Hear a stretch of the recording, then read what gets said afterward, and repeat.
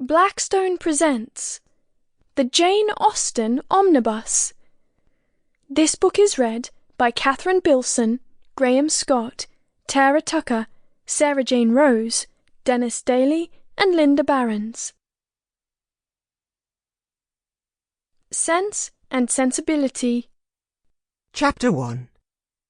The family of Dashwood had long been settled in Sussex. Their estate was large, and their residence was at Norland Park, in the centre of their property, where, for many generations, they had lived in so respectable a manner as to engage the general good opinion of their surrounding acquaintance. The late owner of this estate was a single man, who lived to a very advanced age, and who for many years of his life had a constant companion and housekeeper in his sister. But her death, which happened 10 years before his own, produced a great alteration in his home, for to supply her loss, he invited and received into his house the family of his nephew, Mr. Henry Dashwood, the legal inheritor of the Norland estate, and the person to whom he intended to bequeath it. In the society of his nephew and niece, and their children, the old gentleman's days were comfortably spent. His attachment to them all increased.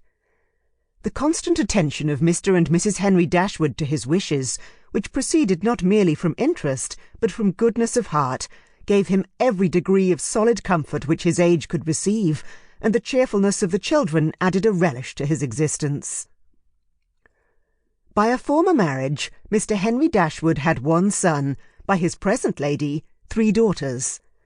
The son, a steady, respectable young man, was amply provided for by the fortune of his mother, which had been large, and half of which devolved on him on his coming of age. By his own marriage, likewise, which happened soon afterwards, he added to his wealth.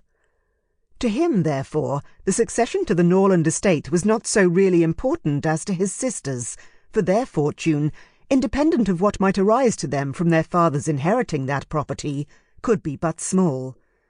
Their mother had nothing, and their father only £7,000 in his own disposal, for the remaining moiety of his first wife's fortune was also secured to her child, and he had only a life interest in it. The old gentleman died, his will was read, and like almost every other will, gave as much disappointment as pleasure. He was neither so unjust nor so ungrateful as to leave his estate from his nephew, but he left it to him on such terms as destroyed half the value of the bequest. Mr. Dashwood had wished for it more for the sake of his wife and daughters than for himself or his son, but to his son and his son's son. Sample complete. Ready to continue?